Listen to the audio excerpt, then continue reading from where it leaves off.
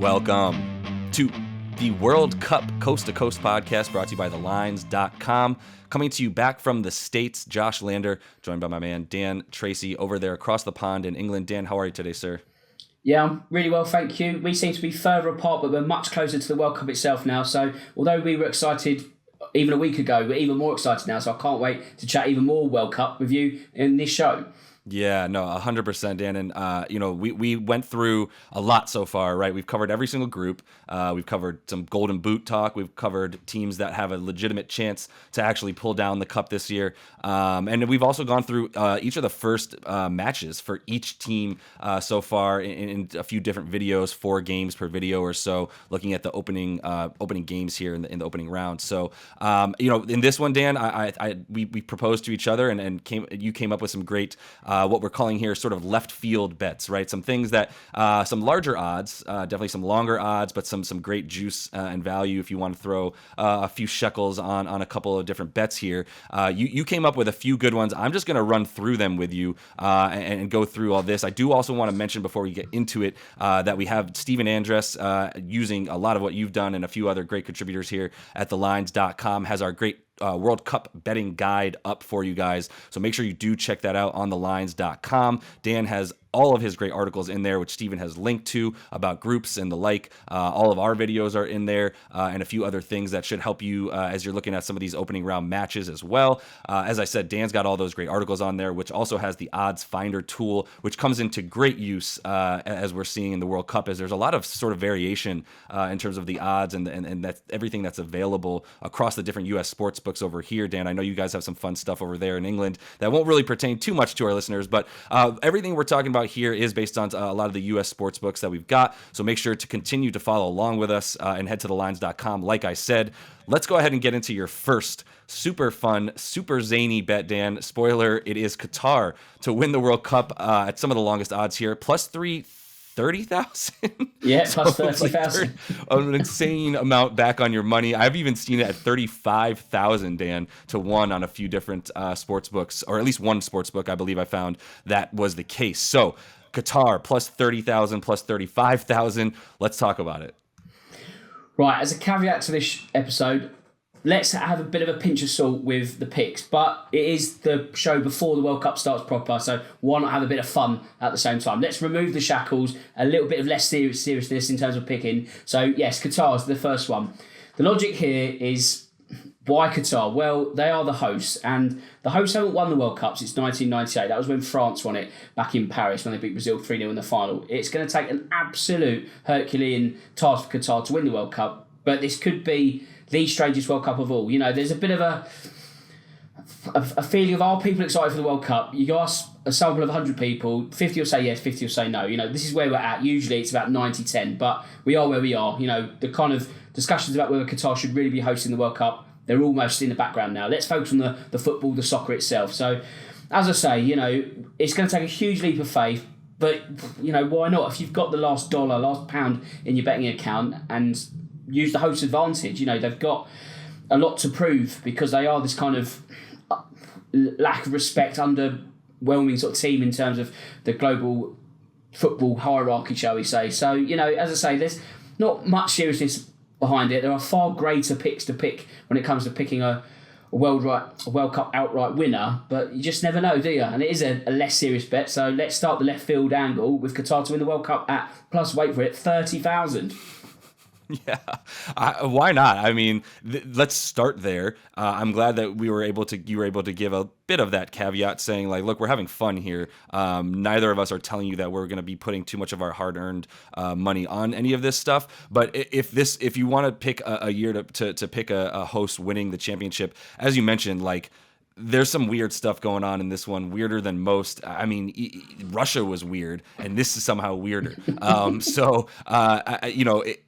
I'm not going to get into any weird conspiracy theory nonsense. Obviously, we know that the Qatari government and everything going on over there is extremely shady at times, and we have to move along talking about this World Cup regardless. But if you were to ever consider that a host nation wanted their team to win and would do almost anything to get them to win, this would be the year. And so 30,000 to 1, it's worth $100, right? Like if you can sling it. So let's move on to another one that's similar, and it's a nice segue to just an African team winning the World Cup. There's 5 of them, right, in this one: Senegal, Morocco, Ghana, Cameroon, and Tunisia as well. All teams that you could take to potentially win as an African nation. Plus 4,000 is great juice. I'm always going to feel good about that on 40 to 1 there. But I guess tell me, is this a reasonable bet to make? It's slightly more reasonable than the other one.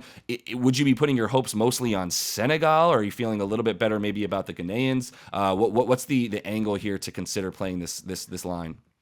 Okay then, so if we take the pinch of salt with Qatar, this one could be steeped in a bit more seriousness. Again, we're still looking left field, but sometimes those left field bets have a habit of actually getting over the line. So the great Pele, or Pele as you call him over there, he once touted, I think it was a good 25 years ago, he said an African team is going to win the World Cup. No team from Africa has yet to win the World Cup. So if we're going in this kind of strange 2022 and anything could happen, if Qatar is a bit of a reach, an African team, and it doesn't have to be a team that you pick individually. So if we look at Qatar plus 30,000, we're not saying Senegal themselves at plus 10,000. We're just saying any of the 5 African representatives, as long as one of them wins the World Cup, you get plus 4,000 in return. So a lot's been made of the weather. If you look at the kind of temperate conditions that we're going to be facing or going to be looking at in Qatar, the African representatives are going to be arguably well suited to playing just as much as the host nation and Iran and Saudi Arabia. So they've got that slight edge. Whether it's going to be a huge factor, we don't know. But I just feel that, if you're picking 1 from 5, it's not you're just picking 1 from 32. Your odds are already narrow, and I feel the return of plus 4,000 isn't a bad shout at all, actually. So obviously I want England to win, but I feel that if something strange is going to happen, it's probably likely to be an African nation winning the World Cup rather than Qatar. I mean, it makes sense. I definitely feel better about it. Obviously, 35 or 30,000 isn't 4,000, but 40 to 1 on your money is nothing to scoff at. It's just, this tournament, as you mentioned, no African nation has won even since Pele's famous proclamation that we've all sort of been waiting on.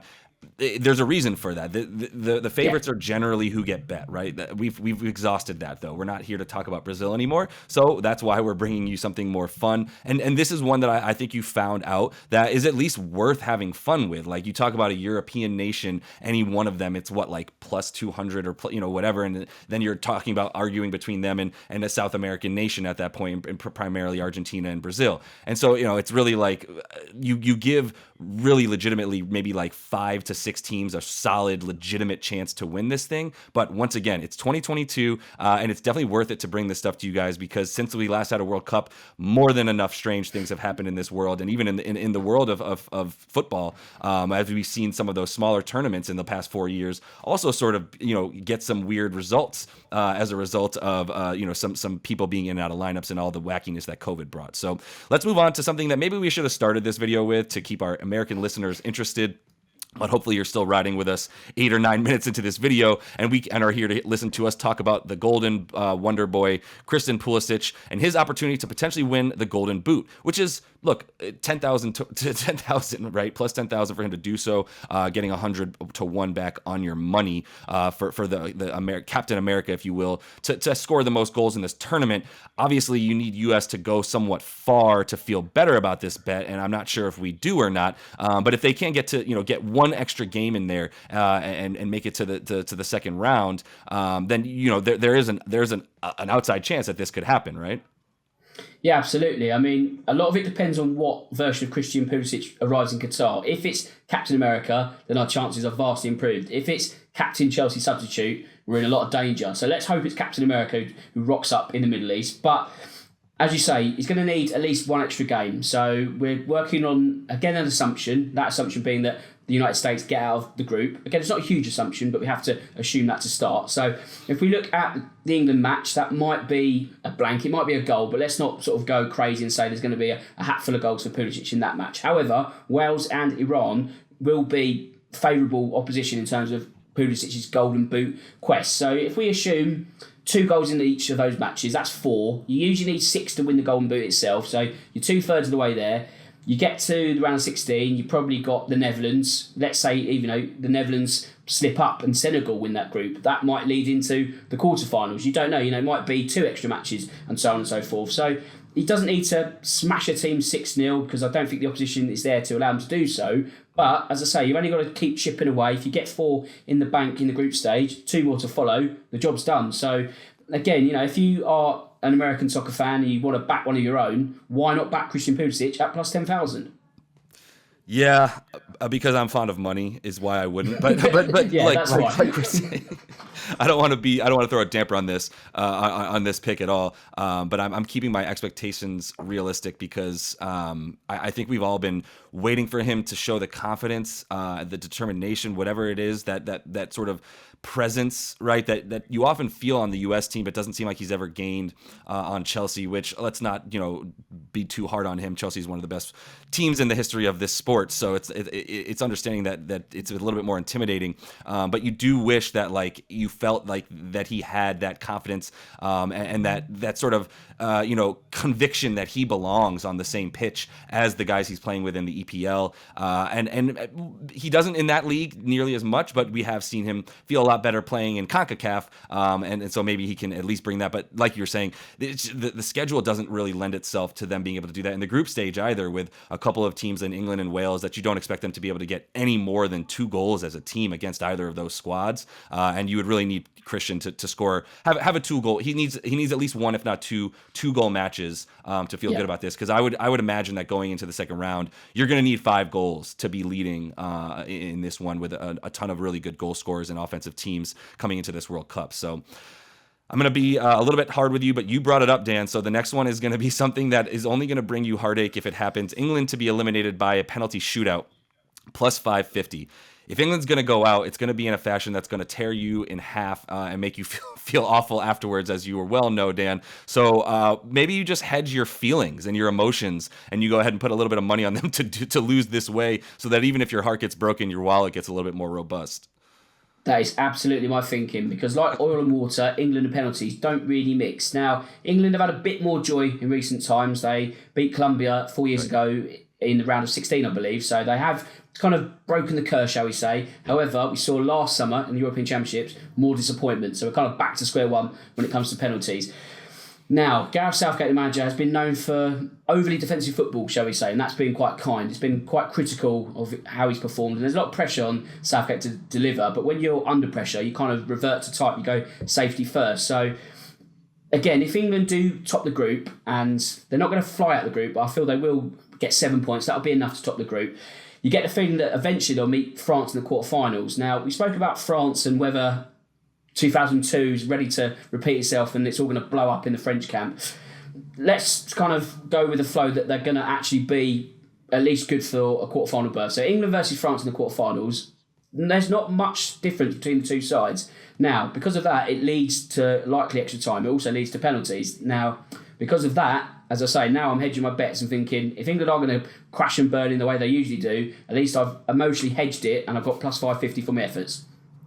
Absolutely. I can't argue with that logic. And I can't argue with any of the logic that you're throwing out there in terms of the game theory. I love the idea of the fact that Gareth, Southgate there he does play defensively, and you sort of expect that from England at that point in time to sort of control the defensive center midfield portion of the pitch, if you will, and that always leads to that, right? And once you get to that point in the tournament, tired legs are going to take over once you get into the 105th, 110th minute of a match that's gonna that's leading to penalties.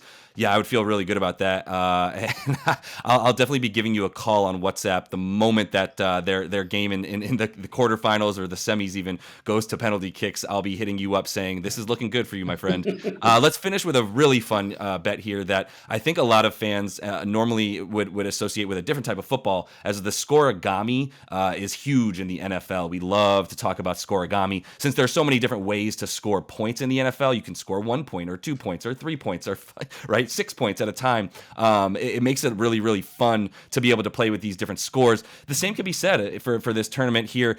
So a Scorigami occurring, indicating that it's a score that we've never seen before in a World Cup match, is plus 1,000. So it's actually seemingly pretty reasonable that this could happen. Tell me a little bit about your historical awareness of the Scorigami and what you might be like. What would be a type of score that you might be looking for to be able to hit on this one?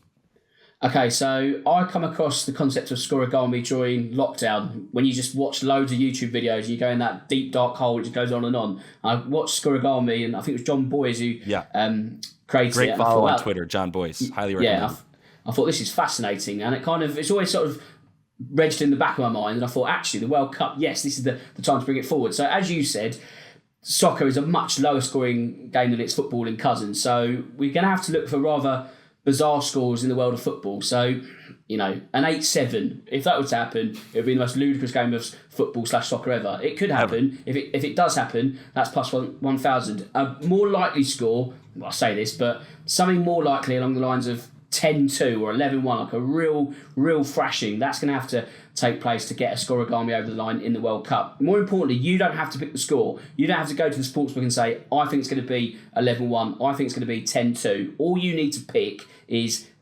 a unique score that we haven't seen in the World Cup before in all its history, will be recorded in Qatar. So it might need a bit of research. I think I've given sort of 3 there, but it's something just really sort of wacky, like a 7-6, a 6-5. Right. Just something like that, or a real super thrashing, a 12-0, something crazy like that. As long as you pick something that has never been done before and you think that's going to happen, you just say to the sportsbook, Scorigami, yes, and then if that comes good, that's plus 1,000. So an even crazier bet to end our quintet of picks, but I thought, why not? Why not go absolutely bonkers for the last one? Why not, indeed? And I do think it's going to require more of that, like, 5-7 or 8-6 type of game, because there have been a few matches here and there. There was a 10-1, there was a 9-1, an 8-3. Those are going to be a little bit more likely, right? Like, you look at some of these matchups in the group stages, and when you get a Costa Rica taking on a Germany or a Spain, or you get a let's say Saudi Arabia, right, taking on an Argentina.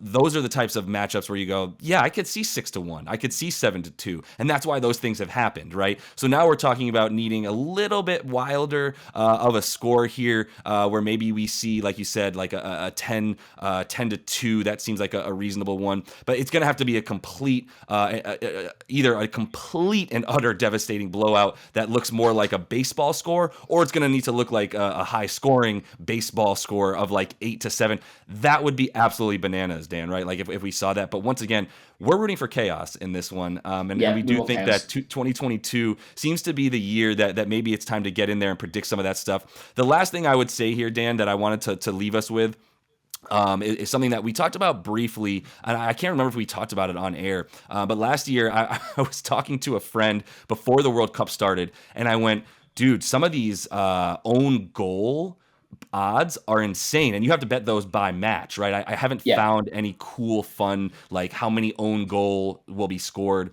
in a World Cup, but I would highly recommend that the books start offering that stuff, because last year we saw more own goals than we'd seen in any World Cup. I think it was something like 10 or 11 own goals in the group stages alone, and then maybe like a handful more during the knockout stages. So I did the calculations last year, because there were some bets that you were getting like, I don't know, it was like 20,000 at times. There was like 15,000, right? It was 150-1 that there would be an own goal in a few different matches, like some crazy nice odds, which all started getting lowered after those own goals started going in. But just so you know, if you bet an own goal would happen in every single game in the group stage last year, you were still up like something like 20 units. Like, it was absolutely insane. But, you know, so like start to looking at stuff within matches as well can be a really fun way to do this when you start looking at own goals and other stuff like that, because like we're saying, we're rooting for chaos, and we're hoping that we get some of these zany bets to hit. So any parting words from you, Dan, or any thoughts maybe on my own goal theory there? Oh no, I like the own goal theory. I mean, maybe the sportsbook has caught onto it because of last time round. It's kind of, maybe the horse is bolted, so you have to find a new angle. I also like the look of no nil-nils in the tournament whatsoever. I couldn't find the price when I was doing my notes, but if you want to sort of have a tournament long bet and you're ticking it off game by game, that's usually a good starting point where there's at least a goal in every game. Can't remember, it's usually about 50 to 1, so what's that, plus 50,000 in American money? Yeah, so that's always a good one. And I feel just, if you can have like a tournament-wide bet, it just grabs your interest and it also gives you an excuse to watch every game. So if your other half is moaning, just that's why. You can say, look, I'm doing my tournament-long bet, so you'll be fine there. Absolutely. And I would encourage everyone to head to thelines.com, where we do have the odds finder tool that not only, you know, helps you shop what you can to make sure you're getting the best odds, but it also allows you to find things you probably didn't know were available. And so we've talked about it. There's a ton of different fun and incredibly interesting ways to bet on the sport of football as we know it. So definitely make sure to continue to follow along with us. We're not going anywhere as this thing gets started here in just roughly 3 days from when we're recording right now. We do have all those game line videos up for you as well for all these first round matchups and first day matchups for each of these teams. So we'll be continuing to come back for you. And until we see you next, happy betting.